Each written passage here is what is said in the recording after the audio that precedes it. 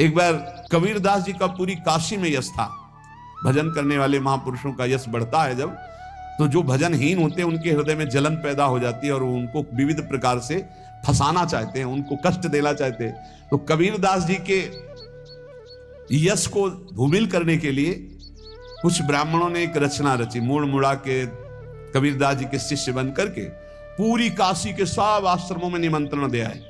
कल भंडारा है, संत सेवा है, सबने स्वीकार किया।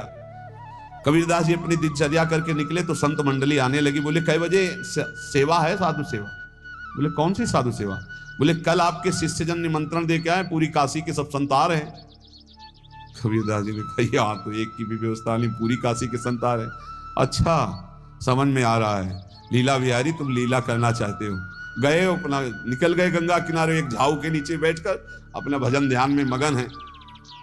11-12 बजे तो उन्होंने देखा संतों की मंडली अब काशी तो बहुत।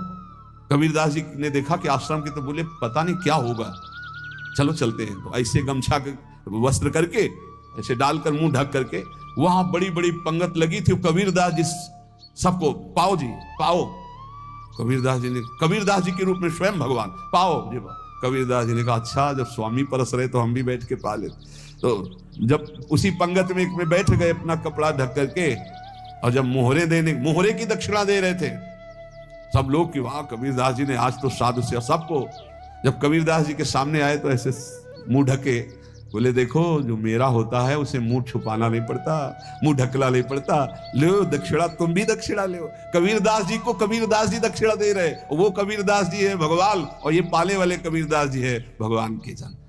कभी भगवान अपने अरे जमाने जोर लगा ले, कितना जोर लगाएगा, भक्त और भगवान का झंडा कभी न झुकने पाएगा।